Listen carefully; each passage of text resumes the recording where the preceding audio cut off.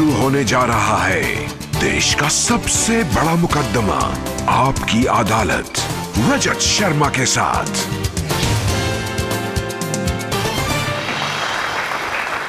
नमस्कार, आपकी अदालत में आपका स्वागत है। आपकी अदालत के इस नए एपिसोड में आज हम एक ऐसी शख्सियत को पेश कर रहे हैं जो आजकल विवादों के घेरे में है। आमतौर पर चुनाव के मौके पर वो लोग चर्चा में होते हैं जो चुनाव लड़ते हैं, लेकिन ये शख्स ऐसा है जिसका टिकट उसकी अपनी ही पार्टी ने काट दिया, लेकिन उसके बावजूद सबसे ज्यादा चर्चा, सबसे ज्यादा विवाद इसी शख्स को लेकर है। Please join your hands to welcome Jagdish Tytler.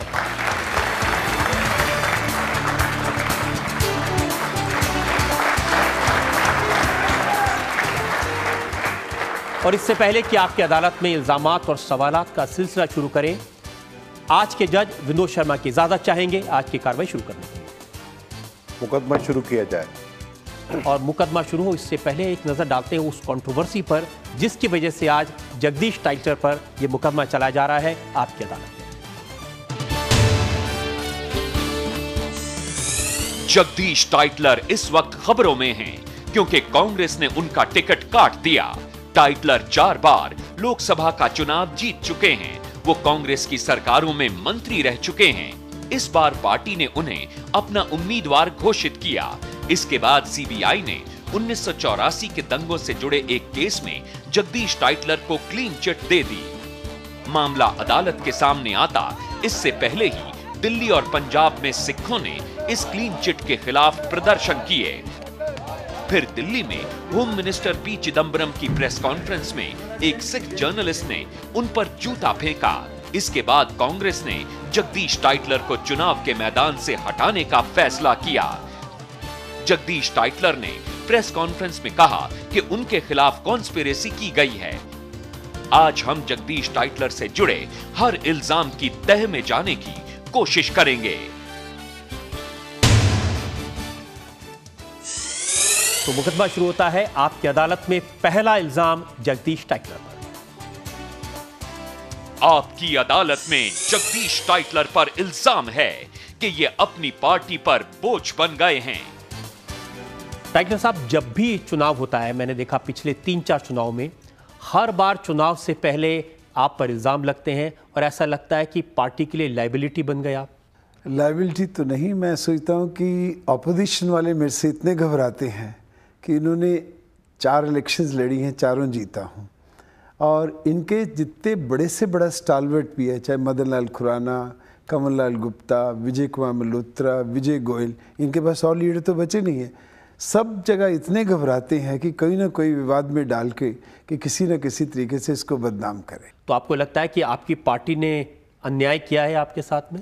नहीं, मैं नहीं ये कहूँगा, क्योंकि ये परसेप्शन ऐसा क्रिएट कर दिया कि जब मैं भी टेलीविज़न देखता हूँ तो मैं सोचता हूँ क्या मैं इतना ही बुरा हूँ। तो इमेजिन करिए कि पार्टी को कितना बदनाम करने की कोशिश करती है। देखिए, 25 साल पहले की ये घटना है। श्रीमती गांधी की हत्या हुई, उसके बाद लोगों का गुस्सा फूटा। क्या आप भी नाराज थे सिख भाइयों से, ऐसे सिर्फ इसलिए कि मिसेस गांधी की हत्या करने वाले 2 सिख थे? ऐसे है कि पहली बात है कि जिस दिन इंदिरा जी की असैसिनेशन हुई, मैं दिल्ली में नहीं। कहाँ थे आप उस दिन? हम अमेठी में थे। मैं सुबह 1 तारीख को 5 बजे फ्लाइट लखनऊ से आया। आते सारी मैं इंदिरा जी की कोठी पे गया और वहाँ राजीव जी के साथ 3 मूर्ति गया। मैं इस दफ़ा फिल्में लेके आया हूँ। मैं तीनों की तीनों फिल्में जो दूरदर्शन ने खींची हुई है, कि जो ये कहते हैं कि जगदीश टाइटलर कहीं और था जहाँ पे मेरे पे इल्ज़ाम लगा है। और ये फिल्में देखो, जब मैं राजीव गांधी के साथ हूँ, मोहम्मद यूनुस के साथ हूँ, अमिताभ बच्चन के साथ हूँ, आर.के. धवन के साथ, और बहुत से लीडर, जो प्रेसिडेंट है वो भी मेरे साथ हैं उस वक्त में। तो वो तो झूठ नहीं हो सकती ये फिल्म दूरदर्शन की। मैं चाहूँगा कि आप पूरी तैयारी के साथ आए इस बार अदालत में? बिल्कुल, क्योंकि मैं तंग आ चुका हूँ और इतना मुझे नुकसान करा झूठ पे। और मैं तो मीडिया पे भी हैरान हो रहा हूँ कि जब भी मैंने सच्चाई सामने रखी, मगर जो झूठा, बेईमान और क्रिमिनल है उसकी बात को सामने रखा गया और मेरी बात को किसी ने पढ़ा। आज मैं इसीलिए आपकी अदालत में सबूत के साथ आया हूं और इसके बाद पब्लिक को जज करना चाहिए कि मैं कितना जिम्मेवार। हम कोशिश करेंगे कि आपके सारे सबूत पब्लिक के सामने रखें, आपको अपनी बात कहने का पूरा मौका दें, लेकिन जो परसेप्शन है मैं उसकी बात करता हूं। एक पब्लिक के मन में ये ज़रूर ख्याल है कि चूंकि मिसेस गांधी की हत्या हुई उस समय, और आफ्टर ऑल दिल्ली में करीब 3000 सिखों का कत्ल हुआ, ये ज़रूर है कि लोगों को लगता है कांग्रेस के उस समय जो लीडर थे, जिसमें आपका नाम है, आप लोग नाराज़ थे उन लोगों से, बदला लेना चाहते थे मिसेस गांधी की हत्या का, इसलिए वो मैसेकर हुआ। नाराज़गी नहीं, दुख तो सभी को था, किसको दुख नहीं था। आपकी नाराज़गी थी सिख भाइयों बहनों से? ये तो मैं सिख परिवार का हूँ, मेरी शादी ग्रंथ साहब के अराउंड हुई है और मैं रेगुलर ग्रंथ साहब का पाठ करता हूँ, जानता हूँ। वैष्णो देवी माता में पूरा मुझे विश्वास है। ये लोगों ने एक इम्प्रेशन जो क्रिएट कर दिया ना, क्योंकि इनके पास कोई मिला नहीं है। लेकिन आपने कभी ये बात पब्लिकली लोगों को बताई नहीं कि आप सिख परिवार से हैं? मेरी मदर सिख थी एंड हम पूरी फैमिली सिखों की है। ये तो 47 में जब हम लाहौर से अमृतसर आए तब मेरे पिताजी को 5-6 हिस्सों में काट दिया।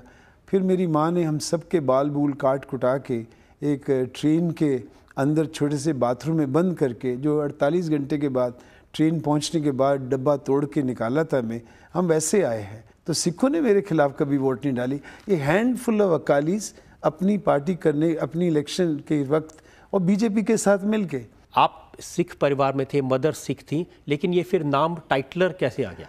ऐसे मेरा नाम जगदीश सिंह कपूर है और टाइटलर ऐसे हुआ कि जब हम गुरुद्वारा में थे अपनी माँ को ढूंढते हुए, और तब दिल्ली पब्लिक स्कूल नहीं पे, ये नवीन भारत स्कूल कहलाता था, तो उसको तो एक मिस्टर अंग्रेज़ थे। तो मेरी माँ बड़ी कीन थी कि मेरा फादर ने अंग्रेज़ों के साथ काम करा, सिविल इंजीनियर थे इचोगिल कैनाल लाहौर में, तो चाहती थी कि मैं पढ़ूँ, अंग्रेज़ी सीखूँ।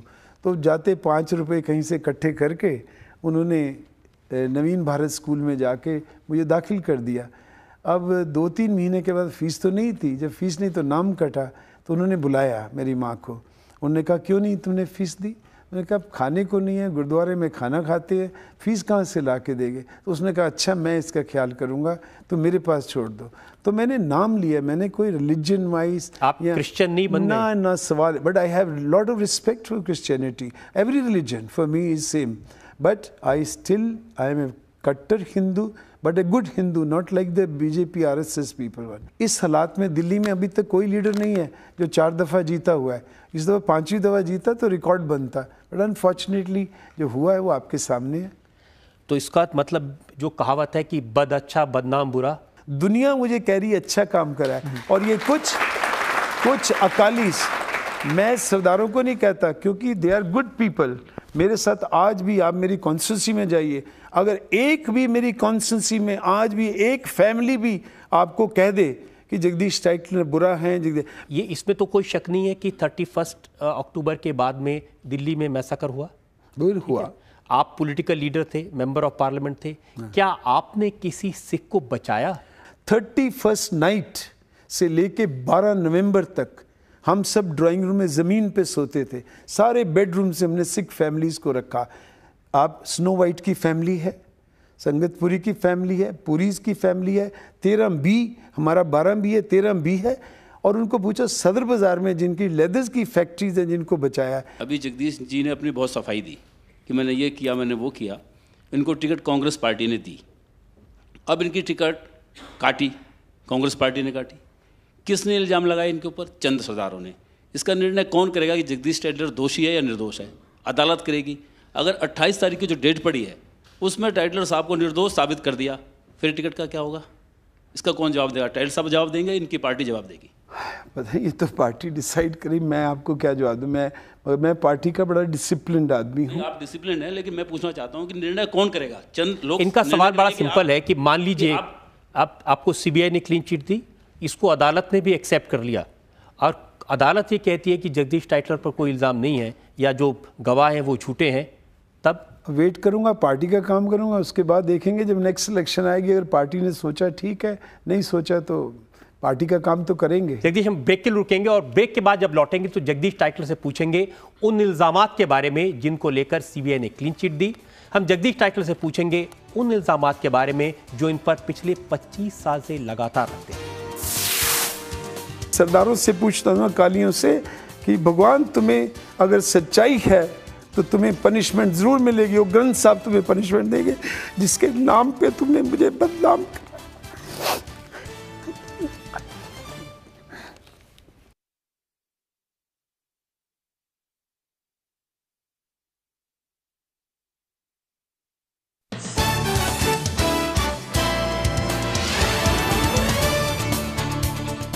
आपकी अदालत में आज हम मुकदमा चला रहे हैं कांग्रेस के नेता जगदीश टाइटलर पर। आपकी अदालत में अगला इल्जाम। आपकी अदालत में जगदीश टाइटलर पर आरोप है कि इन्होंने अपने खिलाफ खड़े गवाहों पर दबाव डाला। टाइटलर साहब, इंप्रेशन ये है, आपने बार बार कहा कि मेरे खिलाफ कोई केस नहीं आया, आपने कहा कि मेरे खिलाफ कोई गवाह नहीं आया। इंप्रेशन ये क्रिएट हुआ कि कोई आपके खिलाफ इसलिए नहीं आया कि लोग आपको बहुत पावरफुल मानते थे, डरते थे, और किसी गवाह को आपने खड़े ही नहीं होने दिया। ऐसे है कि 84 राइट्स के बाद 11 कमीशन बैठे, इसमें 7 कांग्रेस के टाइम पे और 4 बीजेपी के टाइम पे, जहाँ अडवाणी ने करा। तो क्या बात है कि ओवर 10,000 एफिडेविट्स फाइल करे, किसी ने जगदीश टाइटलर के खिलाफ एफिडेविट नहीं डाला। तब तो मैं मंत्री नहीं था, जब ये बीजेपी का राज था, तब क्यों नहीं किसी ने एफिडेविट्स डाले। 22 साल के बाद एक नानावती कमीशन, वो भी हमारी सरकार ने शायद इसको कमिट करा, और 2 एफिडेविट्स आए। एक एफिडेविट में ये कहता है सरदार सुरेंद्र सिंह कि मैंने 9 बजे टाइटलर साहब को गुरुद्वारा पुल बंगश में देखा कि सरदारों को कह रहा है मारो, मेरी माँ मर गई है। और ये मेरे चीज़ है दूरदर्शन की फिल्म, जिसके अंदर मैं 7:30 बजे उसी दिन राजीव गांधी के साथ और बड़े बड़े लीडरों के साथ, इंदिरा गांधी की बॉडी के साथ 3:30 बजे तक मैं वहाँ था। तो मुझे 9 बजे उसने कहाँ देखा, किसको देखा। लेकिन ये सबूत अगर है, हम इसको जरूर चला के लोगों को दिखाएं। बिल्कुल, ये दूरदर्शन की फिल्म है। फिर दूसरी बात है, इससे ये साबित होता है कि आप सुबह 7:30 बजे से जहाँ पर डेड बॉडी थी मिसेस गांधी की, वहाँ पर मौजूद थे। मैं बिल्कुल वहाँ पे मैं था। मैं एक एक करके आपके एविडेंस को देखता हूँ। पहला एविडेंस आपका वहाँ की प्रेजेंस का, वो मैं जनता को दिखाना चाहता हूँ।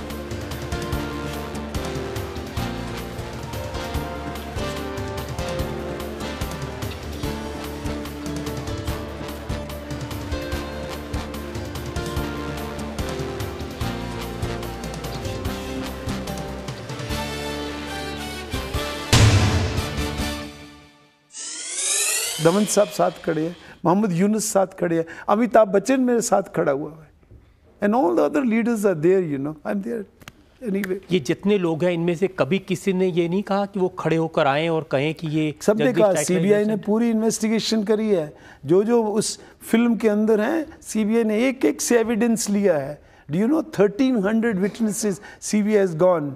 यहाँ तक कि जिसने सपना भी नहीं लिया होगा उसके घर भी पहुंच गए कि बताओ तो सही, मैंने 1 को खरीदा होगा, 2 को खरीदा होगा, 1300 विटनेस को तो नहीं मैं खरीद सकता। वो भी सरदार विटनेस खरीदो जो कांग्रेस से इतने नाराज थे।